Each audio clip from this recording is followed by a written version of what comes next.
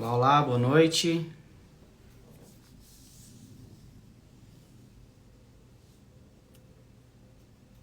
Boa noite, boa noite. Já estou me escutando bem?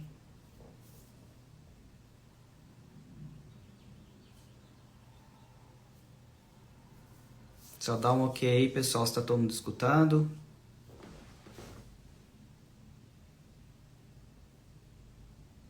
Boa noite.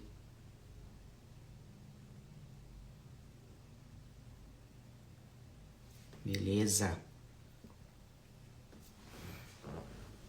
Robson.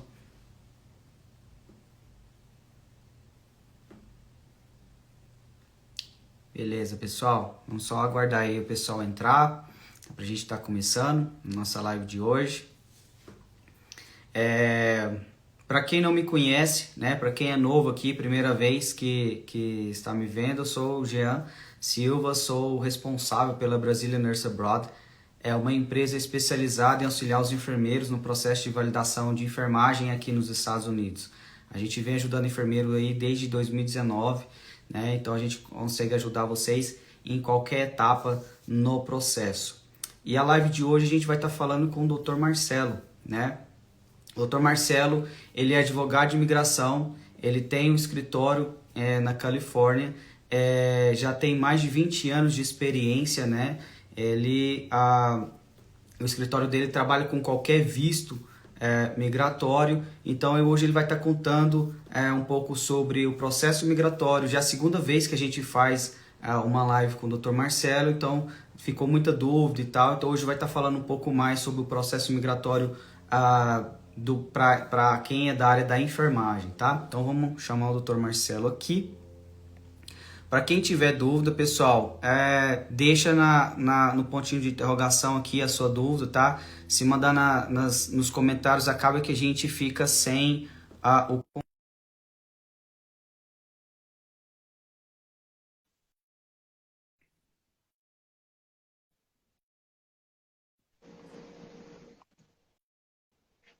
Olá, boa tarde, doutor Marcelo. Tudo bem, Prazer, né? Jean? Boa noite para quem está no Brasil.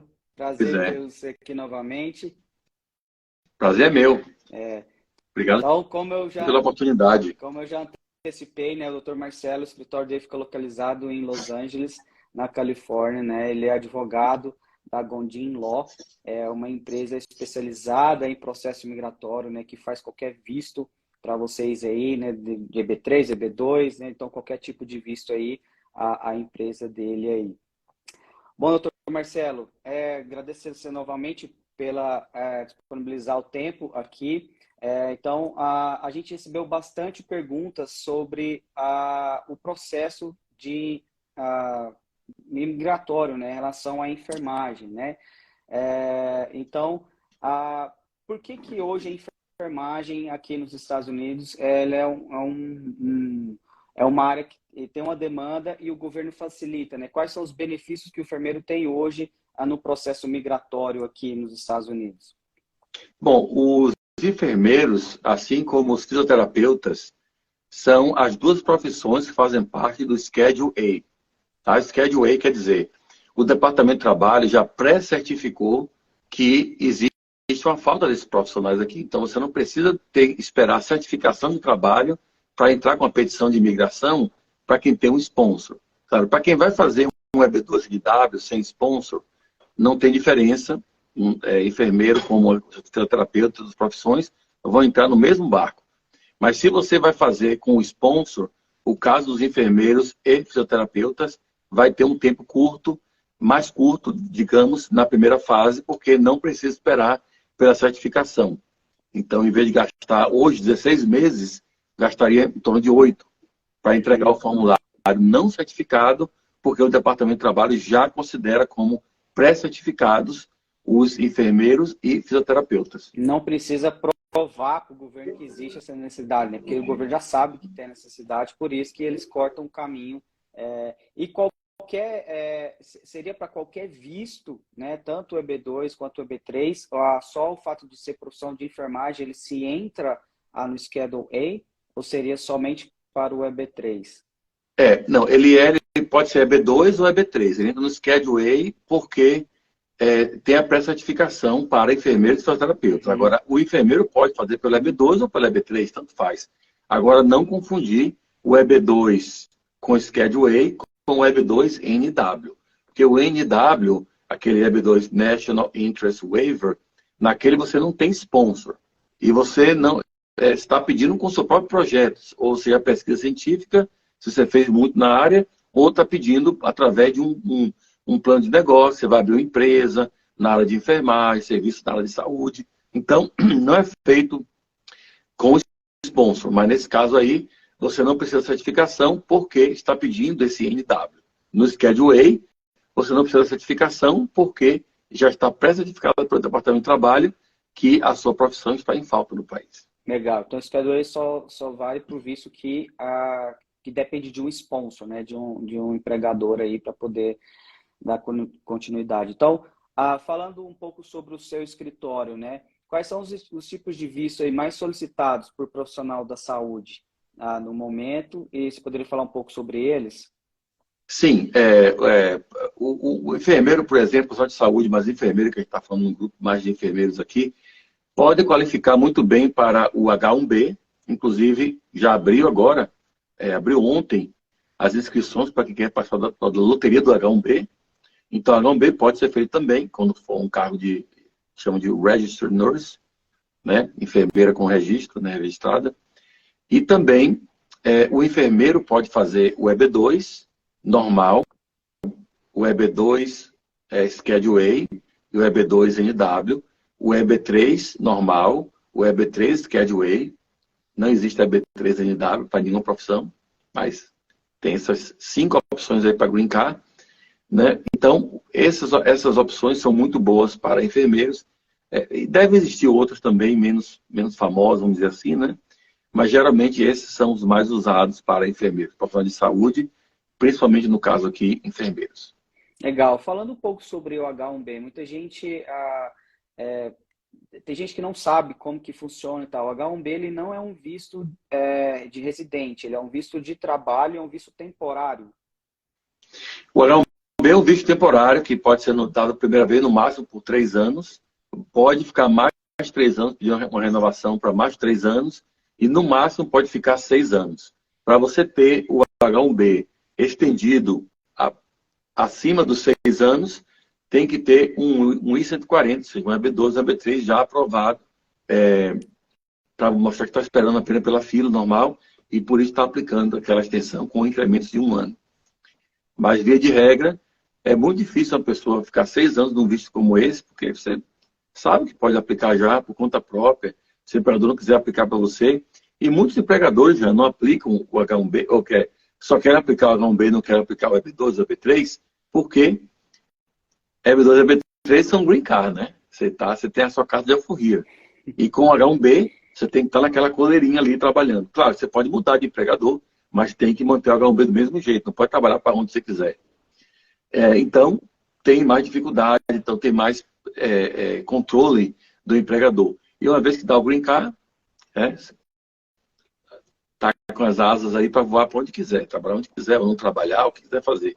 Então, eles às vezes, quando fazem o EB3 ou EB2, eles querem usar todo o tempo permitido pelo H1B primeiro, para tirar o máximo do trabalho daquela pessoa, e depois eles dizem, agora eu vou dar, já tirei mesmo 6 anos de trabalho dele aí, ou dela, então agora eu posso fazer. Então, aí eles fazem.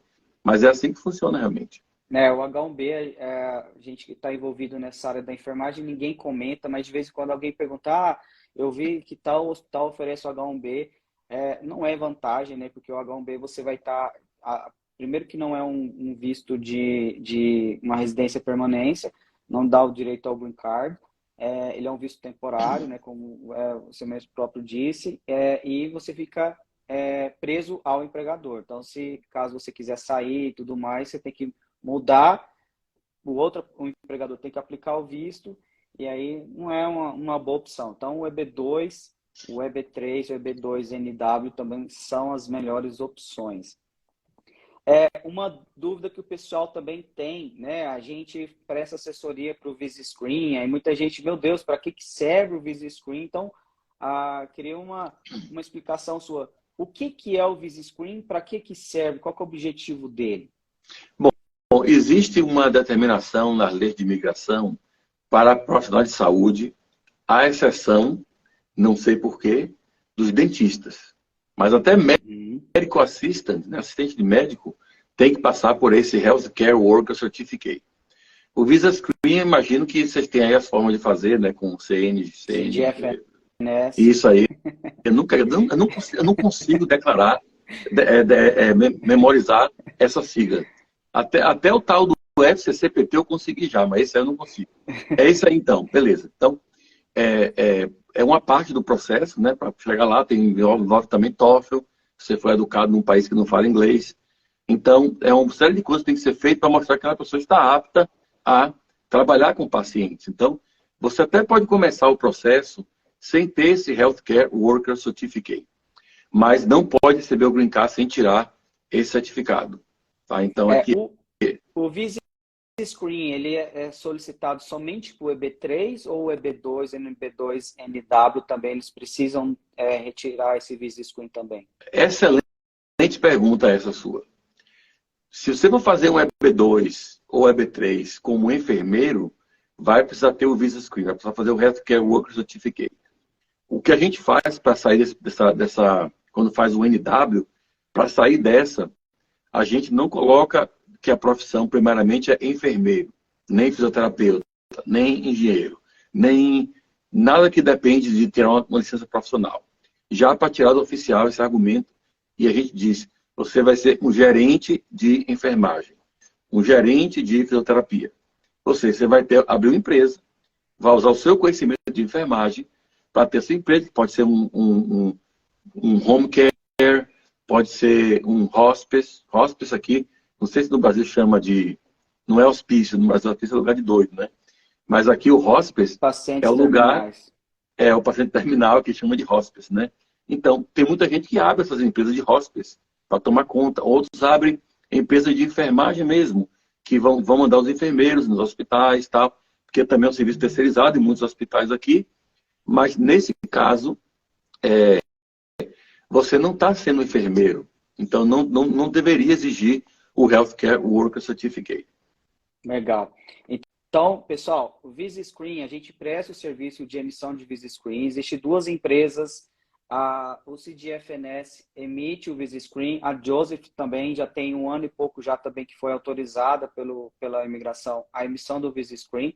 É um documento que você vai precisar de emitir, mas consegue só emitir se você já tiver passado no NCLEX e na proficiência de inglês, tá? Teve uma mudança há uns 6 meses atrás, era só 2 testes em inglês que eles aceitavam, o IELTS e o TOEFL, acrescentaram mais 5 testes, então tem uma vasta opção. No nosso site lá também tem a lista dos testes, quais são as notas exigidas, tá? Então, só para vocês ficarem cientes aí, o porquê, né, que tem que emitir o Visa Screen. No nosso caso, né, a gente que passou pelo EB3, a gente teve que apresentar no dia da entrevista migratória. Então, quando chegar no dia da entrevista, o cônsul lá, ele não quer saber se nota de NCLEX, nota de inglês, nem nada. Ele vai bater o olho no Visa Screen, vai ver que você passou por todo o processo. Então, é um papel, né, que você vai receber na sua casa, é um documento, tipo um diploma de faculdade, com seu nome e tudo mais, que tem que apresentar lá, tá?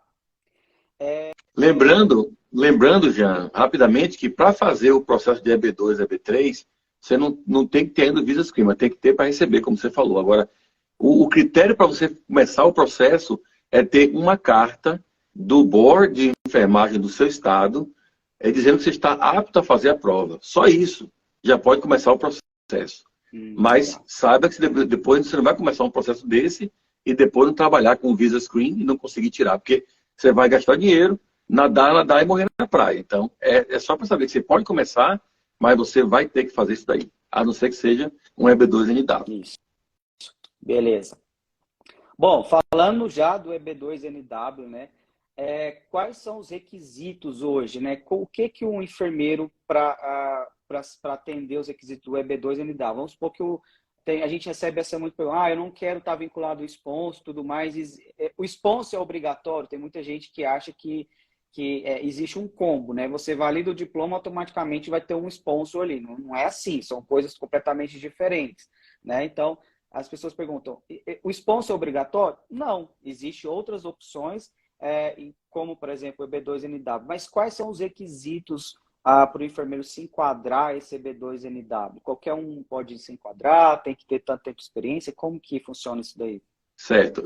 Eu só vou dar um preâmbulo antes de falar disso aí. É uma coisa muito importante que as pessoas têm que entender.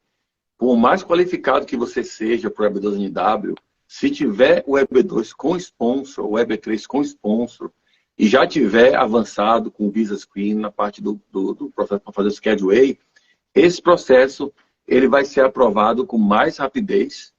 Eu não digo nem da rapidez, vou voltar atrás do que eu falei.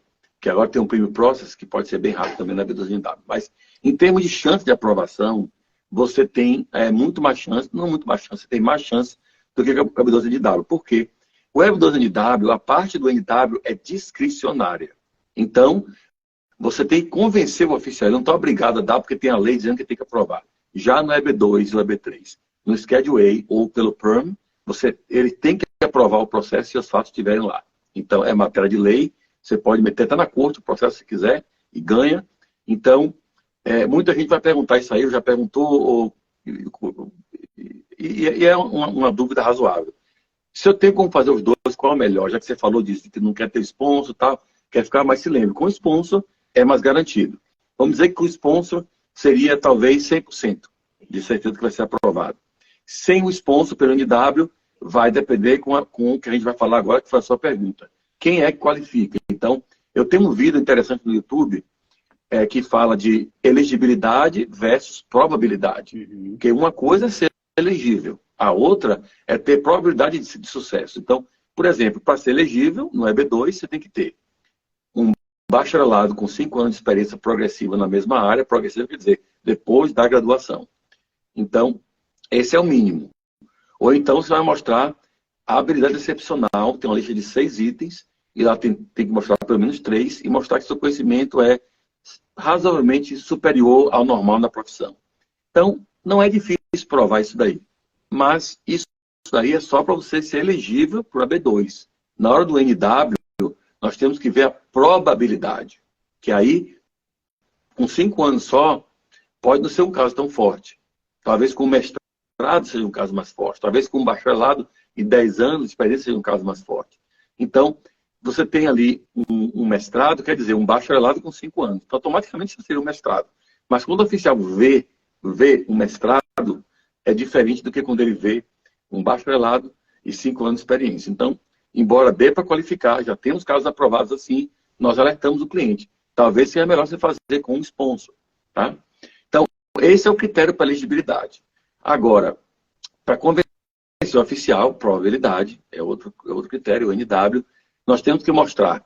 São 3 testes que tem, no caso precedente, o caso Matter of Dhan-Azar.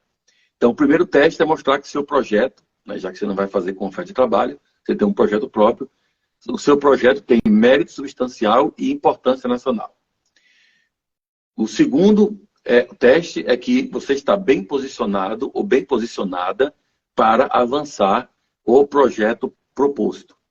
E o terceiro critério é o teste da comparação entre o seu projeto, o interesse no seu projeto e o interesse que o governo tem em fazer as pessoas passarem para essa discussão de trabalho, que é o interesse qual é? É proteger o trabalhador americano. Não é muito forte esse interesse no caso de enfermeiros, porque já está até pré-certificado, está em falta mesmo, então não está protegendo ninguém de desemprego, mas mesmo assim é um critério que tem. O terceiro critério, o terceiro teste, sempre acompanha os 2 primeiros, então não vamos gastar muito tempo com isso não, porque geralmente se provar o primeiro, o segundo, o terceiro também vai. Primeiro critério, o mérito substancial e a importância nacional do projeto.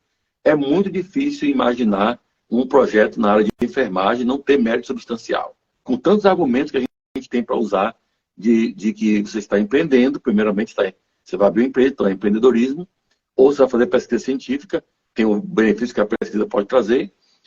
É na área de saúde, então envolve saúde pública, melhoria de saúde para a população, e principalmente envolve uma situação em que já existe uma certificação, uma pré-certificação de que essa profissão está em muita defasagem de material humano nos Estados Unidos.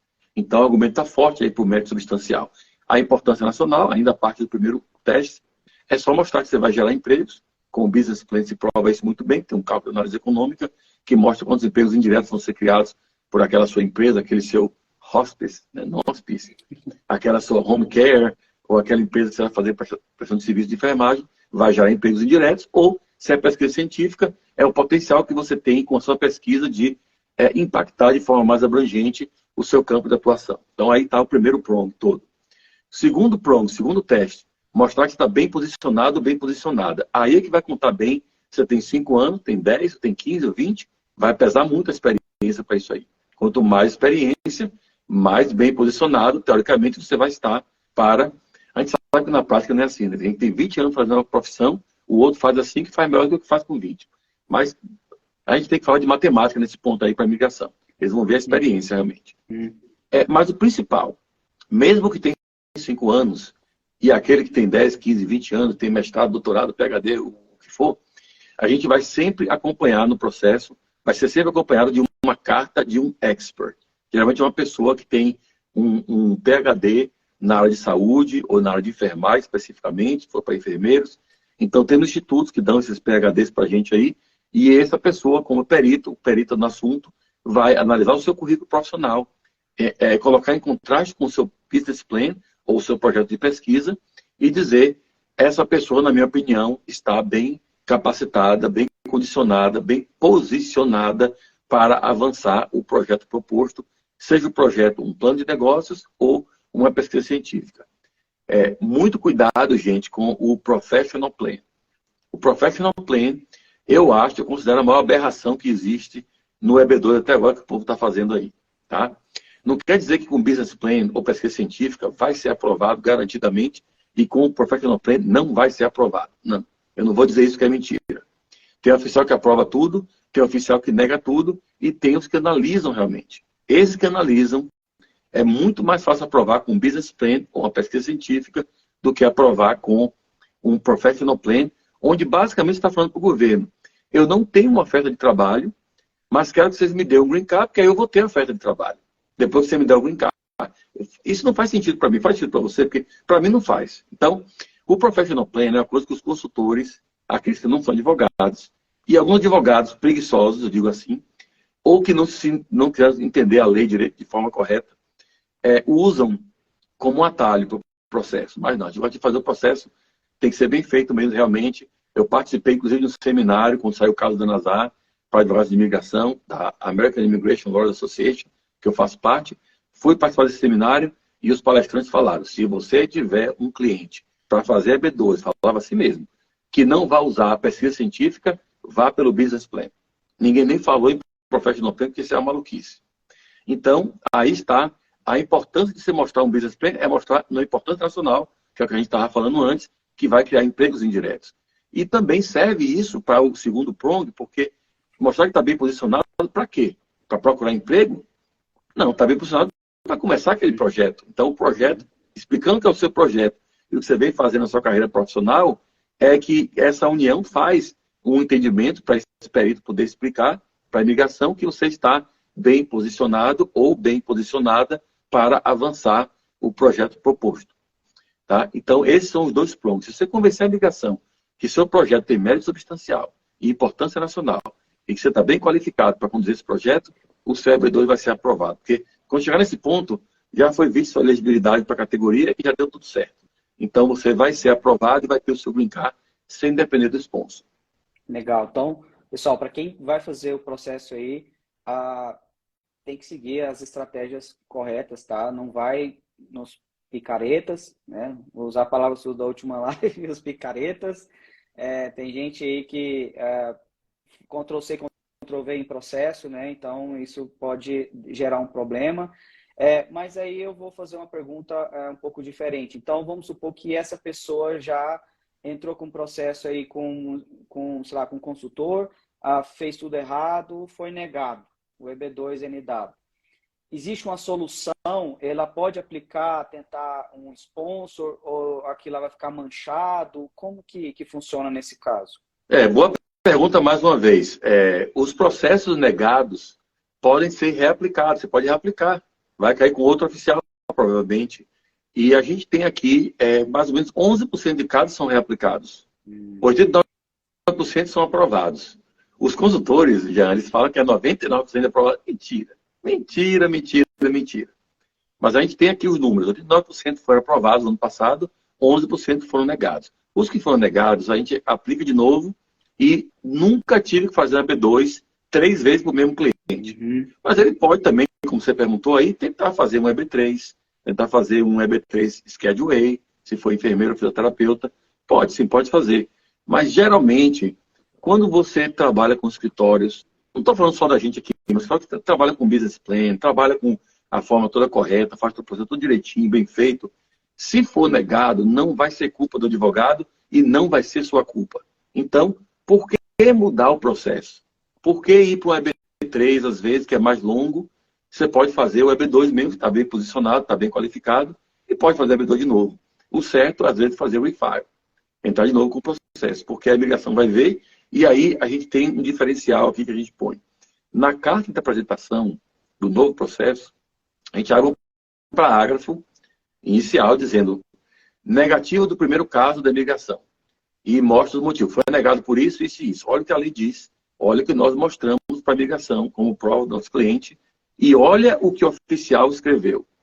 Quando a pessoa lê isso no contraste, assim, separado, destacado, o não oficial, eu imagino que eles ficam assim, putz, esse cara passou por um cabeça de bagre mesmo aí, né? Um cara que estava mal intencionado, um cara tudo bem qualificado aí. Então, eles aprovam a segunda vez, eu acho que por isso eles não querem, eles não vão voltar a discutir o mesmo erro. Então, e aí falta a imaginação, né? Porque você pega um processo para fazer completo, com todos os critérios bem discriminados, bem discutidos, bem com suporte de evidência, tudo isso, não existe uma forma de negar esse caso legalmente. Eles só podem negar ilegalmente. O que é ilegalmente é não analisando a documentação de forma correta e violando o seu direito de processo legal, devido processo legal, que aqui é a quinta emenda, né, do Process Rights. Então, a gente tem que discutir todos os elementos do processo e emitir uma decisão, negando, aprovando, tudo bem. Mas quer negar, mas tem que discutir todo o processo e dizer, você mostrou isso, eu não aceito por isso. Mostrou aquilo, não aceito por aquilo. Dessa forma, você dá a oportunidade de saber por que você foi negado. E eles não fazem isso, porque eles sabem que não tem como escrever. Com a carta de um perito, como é que você vai falar, por exemplo, no exemplo que a gente deu aqui agora, que Jean Silva não está bem posicionado para avançar o projeto que ele tem lá, se tem uma pessoa com PhD, que a sua de imigração não tem, porque não conhece nada de enfermagem, o trabalho se te conhecer, está trabalhando no hospital, e não na imigração. Mas uma pessoa que é da área, que é perito do assunto, que é professor, há 20, 50, 30 anos, sei lá, dê um aval dizendo esse cara está bem qualificado. E o oficial vai dizer que não está, então eles não podem. Então, quando você pega um oficial e cerca todos os lados, ele tem que realmente ignorar as coisas e dar uma decisão bem vaga, o que é contrário à lei. Então, no refile você ganha, porque o cara está vendo que está cercando já todas as possibilidades. Então, a resposta longa que eu dei, peço desculpa pela longevidade da resposta, mas é só porque a gente quer responder completo para elucidar mais esse ponto para as pessoas. Então, você pode fazer um outro processo? Pode, não fica nada manchado no seu recorde. Inclusive, a gente faz questão de abrir o parágrafo dizendo já tivemos o caso negado para esse cliente porque o oficial é incompetente. A gente não fala assim, mas a gente mostra assim os erros esdrúxulos, né? Coisa tão grosseira que qualquer pessoa que lê vai achar que a gente está falando isso. Vocês pegam um caso para fazer o refile de outro escritório que, sei lá, o cliente não quer seguir mais com outra pessoa, com outro advogado? Sim, pegamos bastante. Pegamos também na época do RFE, o Request for Evidence, ou então o NOID, Notice of Intent to Deny. Então, o cara entrou com o processo lá, advogado preguiçoso, ou então o consultor lá usou o Professional Plan. Foi um caso já que o RFE pediram, mande o Business Plan, não está mostrando qual é o seu projeto, não dá para ver importância nacional, não dá para ver que você vai criar empregos. Então, nessa hora, algumas pessoas estão vindo para a gente já com os casos mal feitos para a gente rever. Então, até eu fiz um vídeo essa semana sobre isso. Então, o que a gente faz aqui? A gente parte do que a gente cobra normalmente no processo, o valor total, e começa a descontando o que já foi aprovado naquele RFE. O que a imigração falou, a gente aceitou esse ponto. E a gente só cobra pelo aquilo que não foi aceito. A gente tem como quantificar aqui, quase que de forma cirúrgica, quanto vale monetariamente cada prong desse cada argumento desse é feito com base no trabalho que tem para desenvolver e na expertise necessária para fazer bem feito. Então, a gente tem como contabilizar. Aí o que a gente faz? Dá para o cliente o orçamento de quanto seria para responder esse RFE ou NOID, e se o caso for negado e tiver que fazer um refile, nós vamos cobrar a taxa do refile, que aqui são $1.500 que a gente cobra agora para fazer um refile, mas também cobrar pelo trabalho que não foi pago durante o RFE, dando crédito ao que o cliente pagou pelo RFE. Porque, fala sério, se a gente não cobra todo o processo para fazer o refile, só cobra a taxa de serviço, então a gente não vai cobrar para fazer um refile de um caso que não era nosso, mas nós pegamos no RFE e já cobramos uma parte para responder o RFE. Porque o que está negado está incluído ali. Mas o que foi aprovado, que a gente não cobrou aquele montante, vai ser feito no novo processo, vai ter que ter trabalhado naquilo ali de novo. Então, a gente tenta fazer da forma justa. Se o seu caso veio negado realmente para outro escritório, a gente tem que realmente cobrar o valor todo, porque eu não vou aproveitar quase nada. Tá? A gente não trabalha com... A gente não trabalha, tipo, copiando carta de outro escritório ou usando nada. A gente gosta de ver o processo para não haver uma discrepância sobre fatos. E aí pode haver um conflito entre o caso anterior e o novo caso, e a migração achar, bom, você mentiu no primeiro caso ou está mentindo no segundo aqui. Então, a gente tem que fazer de uma forma que seja concisa a informação, mas a gente tem que fazer o trabalho da nossa forma, porque eu confio muito bem que o que a gente faz aqui é feito de uma forma que cerca todos os elementos, não deixa nenhuma aresta a ser trabalhada pela migração. Então, a gente tem que realmente analisar o caso. E outra coisa, se alguém tiver um caso que queira que a gente analise, que tal, eu não estou falando isso como propaganda, eu estou falando como um aviso para você ganhar tempo. Porque você está com um prazo para fazer apelação, ou motion to reopen, ou até refile o seu caso, você está com um prazo já para isso aí. E se é um RFE, já tem um prazo no RFE também. Então, em vez de você marcar uma consulta comigo ou com outro advogado para rever aquele caso lá, e ir de lá só com a carta do RFE para mostrar para o advogado, não. Você já sabe que não vai dar certo. Ainda mais você da área de saúde. Você não sabe que você não vai com um diagnóstico para um médico, mudar para outro médico e levar só uma cartinha do médico dizendo o que está errado com você. Vai ter que levar todos os exames, seu raio-x, seu MRI, os exames de laboratório, tem que saber tudo. Então, eu tenho que ver o processo todo, igual um médico. Então, eu tenho que ver o processo todo que foi feito. Então, já peça logo, tá? Cuidado com os escritórios que falam, a gente não dá a cópia da carta de suporte do advogado ou a cover letter, porque isso é trabalho que tem copyright. Mentira. Isso aí é o nome que a gente chama aqui na América de BS, tá? Se quiser falar depois o que é BS, aí você fala. Mas é o BS que eles estão falando lá que não pode dar isso aí. Tem que dar. É um trabalho que você pagou. Aquela carta fala sobre você. Eles têm que dar uma cópia, tá? É obrigatório. Todos os Bar Association dos Estados Unidos, que são as ordens de advogados, vamos dizer assim, todos os estados, obrigam que eles dêem essa carta. Então, você vai ter que já... É bom você pegar todo o pacote já, tentar escanear tudo e já mandar para a gente ou para o escritório que você quer que reveja o seu caso, para que ele veja o processo todo. Tá? Então, dessa forma, na consulta, já dá para dar uma boa ideia do que tem que se fazer ali. E se você for só com o RFE ou só com o seu denial letter e mostrar para o advogado, ele vai ver, pô, estou vendo porque é que negou aqui. Mas não estou vendo se o oficial está certo ou está errado, não estou vendo o processo. Então, às vezes dá para você ter uma ideia, pelo que você lê ali, mas é bom ter realmente não só uma ideia, ter uma noção completa do que está acontecendo. Uhum. Legal. E aproveitando, gente, quem precisar de fazer uma consulta com o Dr. Marcelo, com o pessoal da equipe dele, só entrar em contato com eles aí, tá? Tem aí ó, o Instagram deles, tem o e-mail também aí, ó, tá pinado aí, tem um site deles. Entre em contato, fala que você viu a live da BNA, você vai ganhar um desconto aí, 20% de desconto aí na consulta, tá, gente? Tem aqui perguntando aqui qual que é o valor do EB2NW, isso aí entra em contato com o Dr. Marcelo, a equipe dele aí no Instagram, manda mensagem aí. Tem uma pergunta aqui que ela perdeu aqui no meio aqui. Dr. Marcelo, a PIO tem taxa de imigração? O quê? A PIO, a apelação. Tem taxa de imigração, tem a taxa normal, que é o formulário 290B, né? No caso, é uma taxa de $675. E temos também aqui, geralmente a gente não cobra para fazer motion to reopen, appeal, de caso que a gente trabalhou. Mas se a gente está fazendo para fazer corrigir, vamos dizer, o trabalho de outro, a gente tem que fazer, porque a gente tem que estudar um novo processo e fazer um argumento de um caso que a gente não trabalhou, né? E não cobrou antes, né? Por isso. Legal. Bom, tem uma pergunta também aqui, ó. Eu sei que para o EB3 não é possível, né? Para você fazer o processo no EB3, você tem que fazer o processo da validação do diploma, passar no NCLEX e tudo mais e tal. Já tem que fazer o processo antes. Para o EB2-NW, a pessoa precisa antes validar o diploma para poder iniciar o processo, pode fazer em paralelo, pode iniciar, pode pegar o Green Card e depois validar o diploma. O que é o mais recomendado? Você tá cheio de pergunta boa hoje, né? Parece que você, sei lá, tá iluminado hoje, né? Então, veja bem, essa é um ponto muito importante, tá? Porque eu acabei de falar aqui antes que não precisa ter licença, não precisa ter ainda o Visa Screen para você fazer um EB2NW, por exemplo. Mas, se você já está começando a fazer o FCCPT, o CGFNS.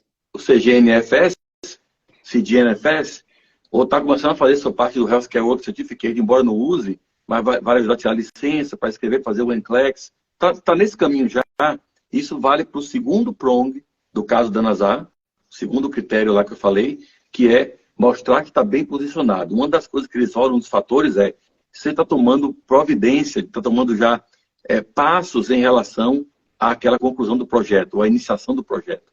Então, estar trabalhando a sua licença é um indicativo de que você realmente está tomando passo em relação a esse projeto, né? Que você vai estar perseguindo esse projeto realmente. Então, não é necessário 100%, é uma essencial, mas é muito bom começar a fazer isso já. Até porque você que estudou aí, que perdeu noite estudando na sua escola de enfermagem, não vai querer vir para aqui para trabalhar outra coisa. Simplesmente porque enfermeiro, além de ser a profissão mais respeitada nos Estados Unidos, não sei se você sabe disso, mas se eu for pegar lá, Most Respected Professions, o enfermeiro sempre vem em primeiro lugar. O advogado está lá para sétimo, oitavo, mais do que médico. O advogado está lá para oitavo, sétimo, sei lá, nem ninguém respeita advogado. Mas enfermeiro, primeiro lugar sempre, tá? Eu tenho muito orgulho disso, que minha mãe é enfermeira. Então, você não estudou tanto tempo para fazer enfermagem, é uma profissão que você não vai estar esperando ficar milionário, você está fazendo pelo amor à profissão, para você vir para aqui e trabalhar com outra coisa diferente, tudo que você estudou no Brasil perder.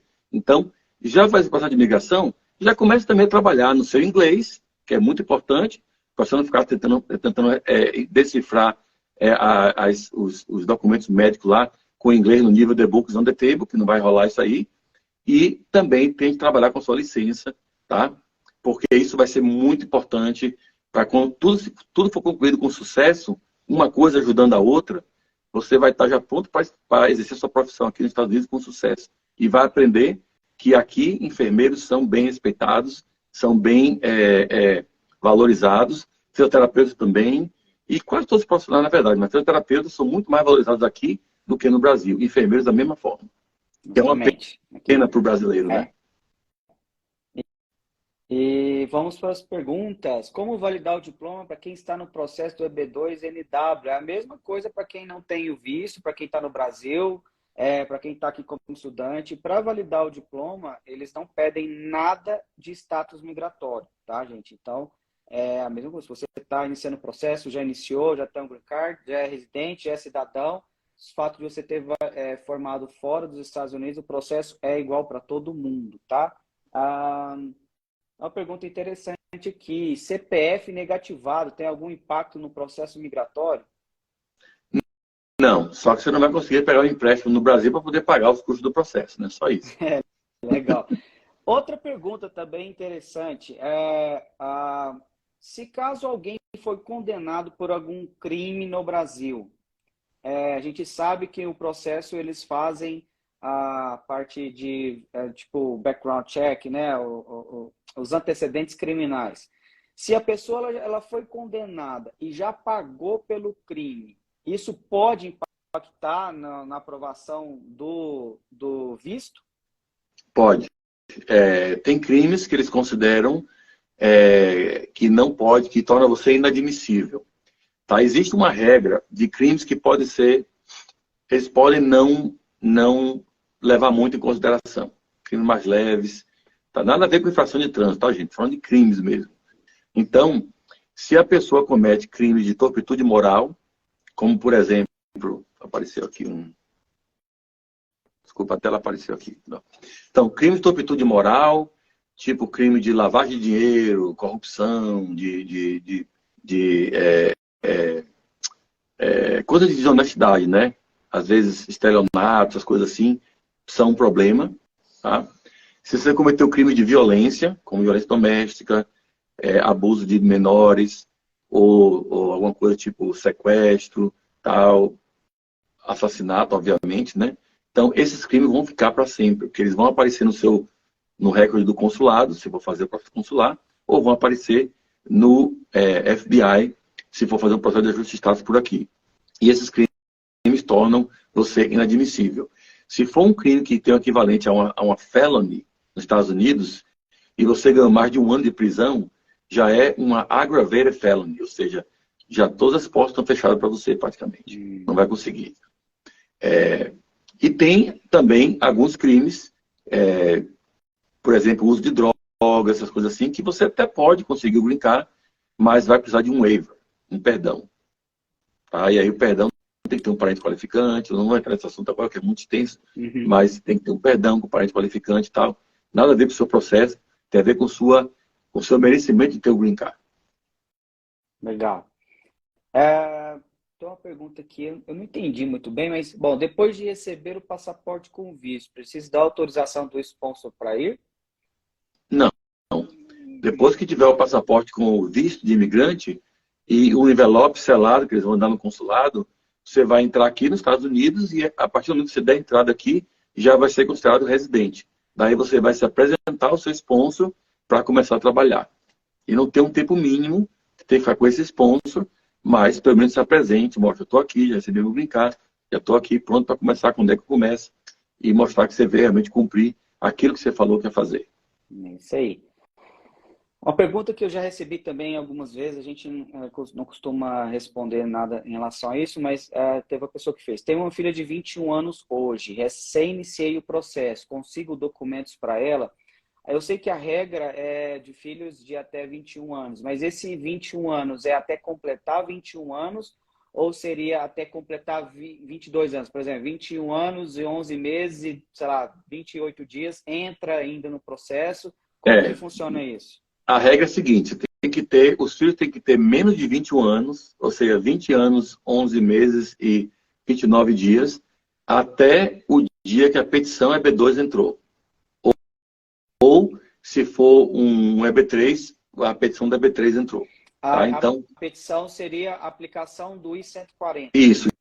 O dia que o 140 entrou, é o dia que mostra que aquela criança está no processo, vai poder entrar mesmo que passe da idade. Legal. 22, então, ele 23, pode completar 22, demorar 3 anos, sei lá, 24 Isso. anos, o cara ele pode entrar aqui, aplicou os 140, ainda está com 20 anos e 11 meses, ele entra no processo. Legal, vou saber. Não é assim 100% garantido que vai entrar, porque existe uma fórmula especial, que é a CSPA, né, Child Status Protection Act, que é uma lei que congela a imagem dos filhos e depois tem um cálculo, uma fórmula que é feita para ver se é considerado que está congelado com menos de 21 anos. Então, como via de regra, o que nós estamos falando aí vai se aplicar em quase todos os casos, mas pode haver uma exceção. E se acontecer de a pessoa estar fazendo o processo hoje e completou 21 anos, o que faz com esse filho? Existe alguma solução para ele? Se entrou com o processo depois de ter feito 21 anos já? Sim. Não, aí esse filho ou filha se tornou um núcleo familiar distinto, separado. Então ele ou ela precisa começar o próprio processo. Pode ser um EB3, um EB2, alguma coisa assim. Porque até se for esperar os pais que entraram com o processo, conseguiram o green card e aplicar para esses filhos, essas categorias estão também com muito atraso, né? De filho maior de 21 anos. Então, pode levar 10 anos esse processo. Então, não é interessante tentar encaixar essa... Não é mais criança, né? Há muito tempo que não é criança já. Não é, essa pessoa no processo como dependente. É bom tentar um plano aí, ver se consegue, talvez, um sponsor que tem interesse em aplicar para essa pessoa.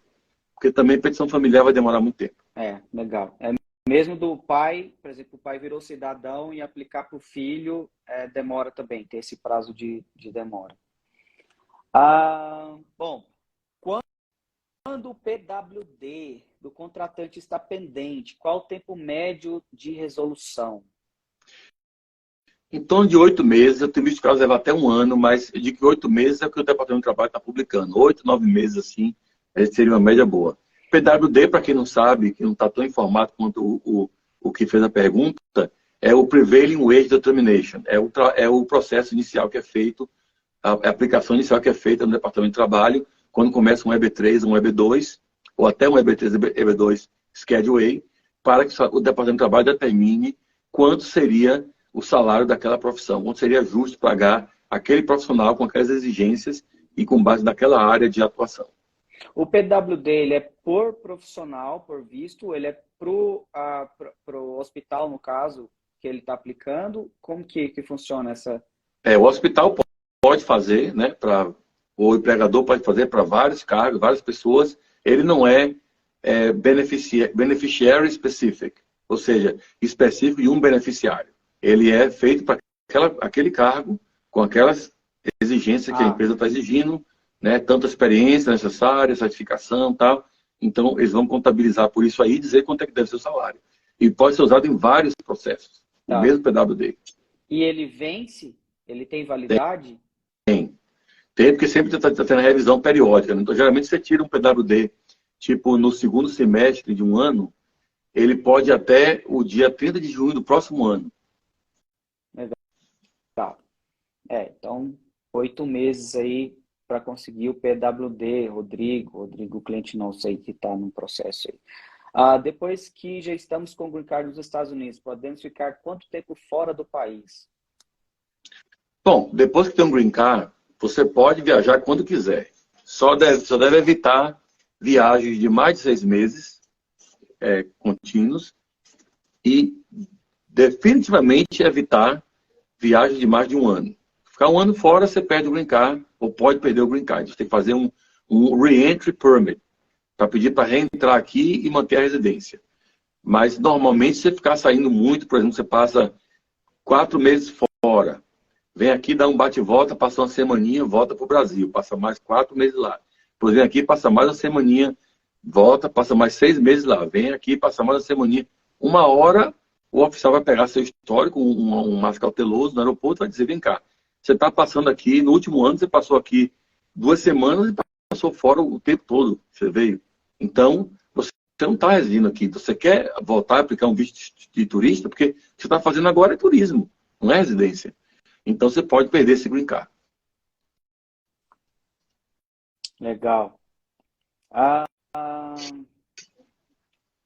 Nurse com NCLEX já realizado no Brasil teria problema de ir para os Estados Unidos como estudante para fazer a mudança de status? É recomendado? É muito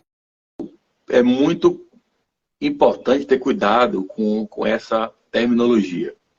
Então, vir como estudante para fazer ajuste de status está subentendendo que a pessoa já vem com a predisposição de fazer ajuste de status. Não deve ser feito isso. O visto estudante, o visto turista, eles não são dual intent, ou seja, não pode ter a dupla intenção. Você não pode querer vir para aqui para passear no turista ou estudar no estudante e, ao mesmo tempo, querer residir, entrar com ajuste de status. Não quer dizer que quem está aqui nesses vistos, nesses status de turista ou estudante, não pode entrar com ajuste de status. Mas você não deve entrar já pensando nisso. Mas se estiver aqui, mudar de ideia, surgiu lá uma oferta de trabalho, uma proposta, descobriu uma coisa nova, você pode mudar de ideia e fazer o processo realmente. Aqui está perguntando aqui, no caso de faculdade pública, consegue justificar e ficar mais tempo fora? Bom, eu acredito que deve ser da pergunta anterior de se ausentar mais de 6 meses. Isso, você pode pedir um waiver, né, para você ficar fora do país por trabalho, às vezes, quando a empresa multinacional é transferido, às vezes por uma coisa ligada à educação, ou até mesmo trabalho missionário, né, que trabalha com igreja, essas coisas. Legal. Então, é a mesma pergunta da Márcia aqui, de quem está estudando no Brasil, se existe uma autorização, então tem, né?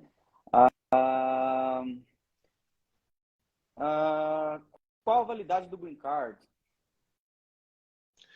É difícil dizer. O cartão vence a cada 10 anos, é o cartãozinho, mas a residência é permanente, é para a vida toda.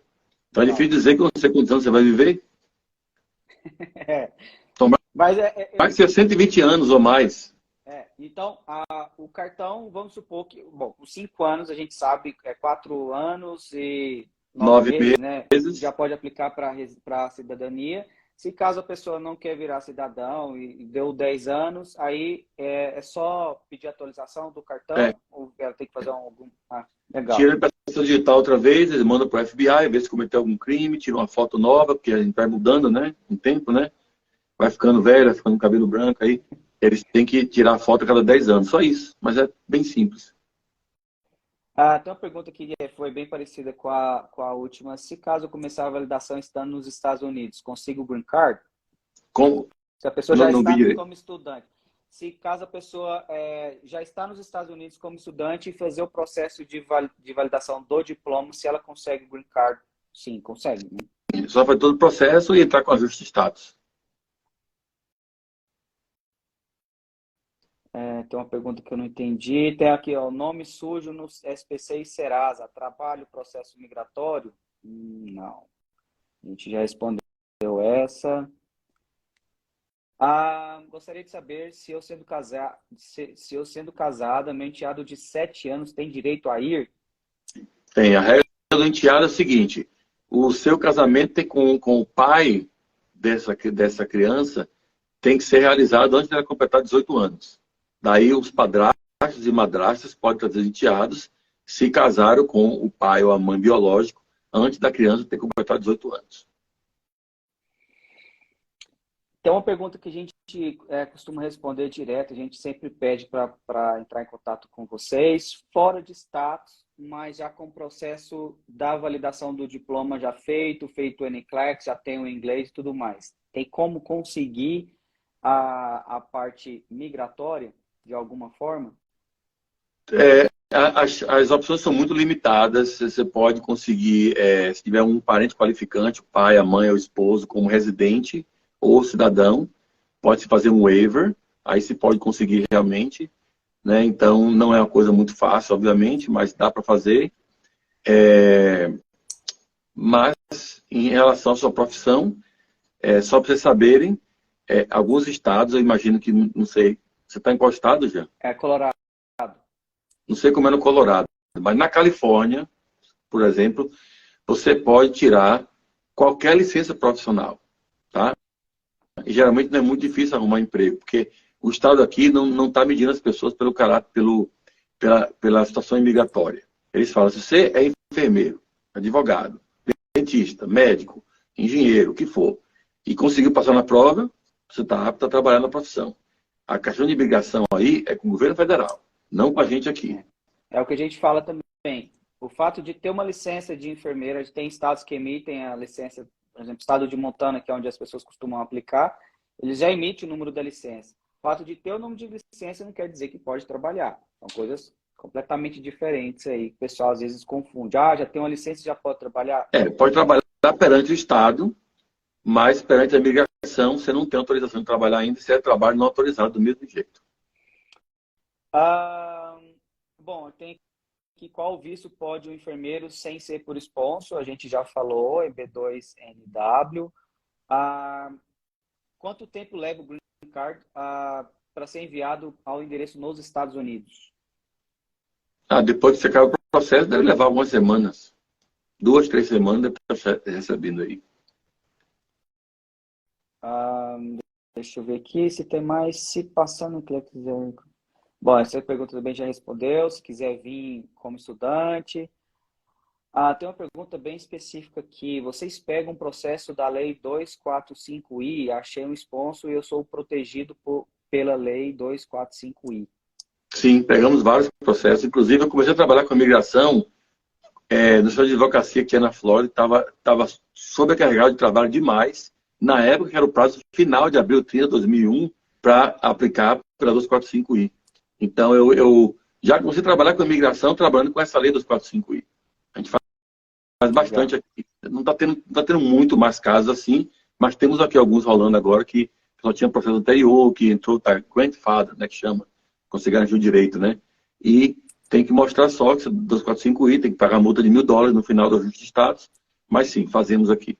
Beleza, só entrar em contato com eles aí. Bom, tem uma pergunta interessante aqui. Uma enfermeira que nunca foi nos Estados Unidos, mas que o marido está ilegal pelo CAICAI. Como ela fará? Vamos colocar que ela está fazendo o processo e vai conseguir, por exemplo, um sponsor para bancar o processo dela. Em relação ao marido, como que é essa situação? Depois que ela tiver o green card, o marido vai ser incluído no processo. O caso dele na hora que estiver no consulado vai ser um pouco...